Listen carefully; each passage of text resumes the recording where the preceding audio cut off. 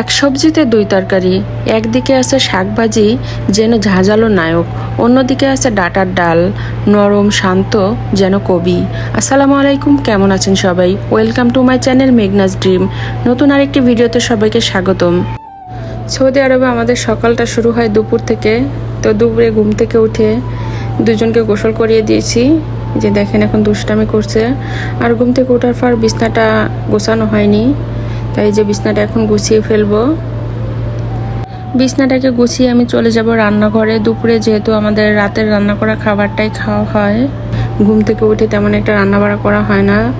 রাতে যেটা রান্না করে রাখছিলাম সেটাই শুধু একটু গরম করি আর ভাতটা রান্না করি। তো এই যে আমি ভাতটা বসিয়ে দিয়েছিলাম, ভাতটা হয়ে গিয়েছে, এখন আমি মারটা ফেলে দিব। আর এই যে এদিকে আমি তরকারিটাও গরম করতে দিয়েছি। এই যে ফুলকপি দিয়ে ট্যাংরা মাছ রান্না করছিলাম। আর এখন এই যে ওদের ফিডারগুলো আমি ভালো করে ওয়াশ করে নিব। রাতে এক একটা করে খাওয়াই রেখে দিয়ে আর ধোয়া হয় না। তো এই যে তরকারিগুলো গরম করতে দিয়ে আমি আরিশার জন্য কিছুটা ভাত নিয়ে নিয়েছিলাম। ভাতটা একটু গরম ছিল, সেজন্য আর কি আগেই বের করেছিলাম। একটু ঠান্ডা হয়ে আসলে ওকে আমি খাওয়াবো। এই যে ওর তরকারি তেমন একটা খায় না, ওকে শুধু আলু দিয়েছিলাম আর একটা ফুলকপি দিয়েছিলাম। তো এই যে আরিশাকে খাওয়ানো দাওয়ানো হয়ে গেলে আমি গেলাম গোসল করতে। গোসল করা শেষ করে এসে তারপর ভাত খেয়েছি। ভাত টাত খেয়ে আবার রান্না করতে চলে আসলাম রাতের জন্য। শুরুতে বলছিলাম এক সবজিতে দু তরকারি, যে আজকে একটা শাক দিয়ে দু ধরনের তরকারি রান্না করব। শাকটা ভাজি করব আর ডাঁটাটা দিয়ে আলু দিয়ে ডাল দিয়ে রান্না করব। এখানে যে কিছু চিংড়ি মাছ নিয়ে নিয়েছি, আজকে দুইটা রেসিপিতেই চিংড়ি মাছ ব্যবহার করব। চিংড়ি মাছগুলো আমি ভালো করে ধুয়ে নিয়েছি। এখন আমি শাকগুলো ভালো করে ধুয়ে নিব। শাকে যেহেতু একটু বালু থাকে, এজন্য আর কি ভালো করে ধুতে হয়। এখানে মরুভূমির দেশ, তো মাটি নাই, শাক সবজি সব কিছুই বালুর উপরে হয়, এজন্য সব কিছুতে বালুটা লেগে থাকে। শাকটা ধোয়া হয়ে গেলে আমি ডাঁটাগুলো ভালো করে ধুয়ে নিয়েছি। এই যে আলু এবং ডাঁটা আমি একসাথে রাখছিলাম, দুইটা একসাথে আমি ভালো করে ধুয়ে নিলাম। তো এই যে সব কিছু ধুয়ে ঠুয়ে রাখলাম। এখন আমি একটা পেঁয়াজ কেটে নিব। পেঁয়াজটা আসলে অনেক বড় চলে, একটা পেঁয়াজ আজকে আমার দুইটা তরকারি হয়ে যাবে। এখানকার পেঁয়াজগুলো অনেক বড় বড়, ছোট পেঁয়াজও আছে কিন্তু বেশিরভাগ পেঁয়াজই বড় বড়।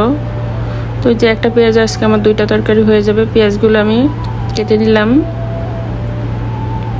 সাথে কিছু কাঁচামরিচও নিয়ে নিলাম।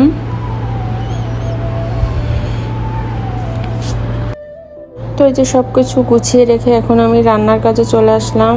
আজকে আগে শাকটা ভাজি করে নিব, এই জন্য চুলায় কড়াই বসিয়ে দিয়ে একটু তেল দিয়ে দিলাম, সাথে দিয়ে দিলাম কিছু পেঁয়াজ এবং কাঁচামরিচ। এখন আমি দিয়ে দিব একটু লবণ।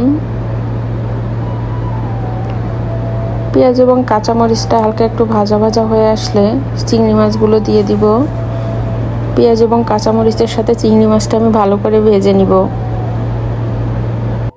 এখন দিয়ে দিব একটু হলুদের গুঁড়া, খুব বেশি দিব না। শাকে হলুদ বেশি দিলে শাকের কালারটা নষ্ট হয়ে যায়, এজন্য হালকা একটু হলুদ দিয়েছিলাম।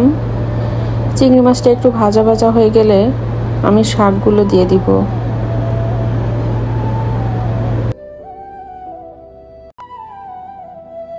এদিকে শাকটা রান্না করতে দিয়ে ওদিকে আমি ডাঁটাটাও রান্না করা শুরু করব, এজন্য দিয়ে দিচ্ছি একটু তেল। আর তেলটা একটু গরম হয়ে আসলে আমি পেঁয়াজ এবং কাঁচামরিচগুলোকে দিয়ে দিব।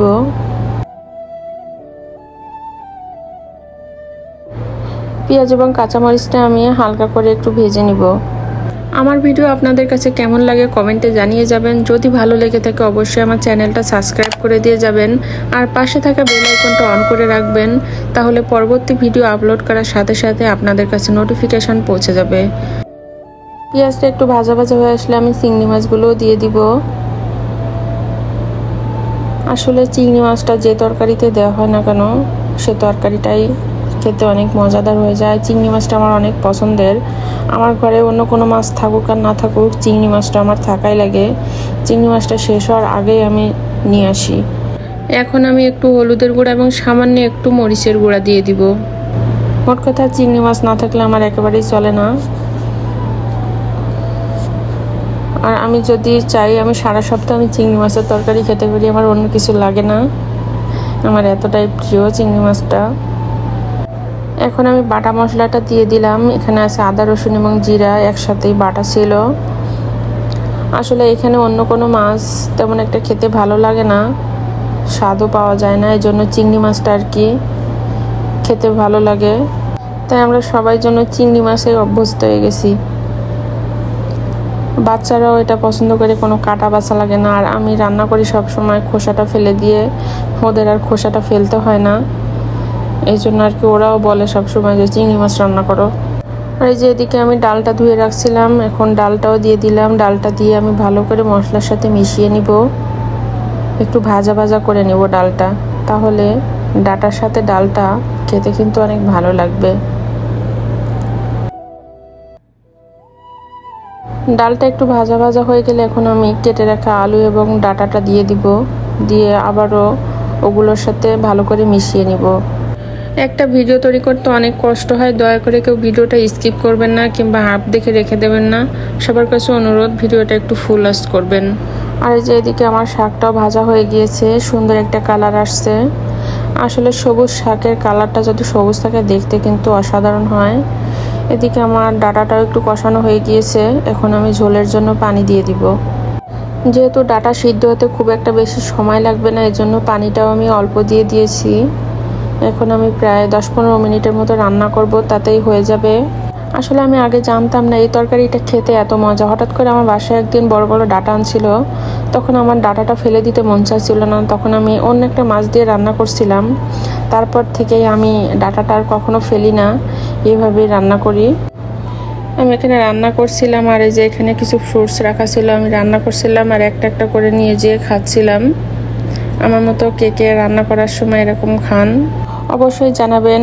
আজকের মতো ভিডিওটা এই পর্যন্তই। সবাই ভালো থাকবেন, সুস্থ থাকবেন। সবার জন্য রইল অনেক অনেক দোয়া এবং ভালোবাসা। আসসালামু আলাইকুম।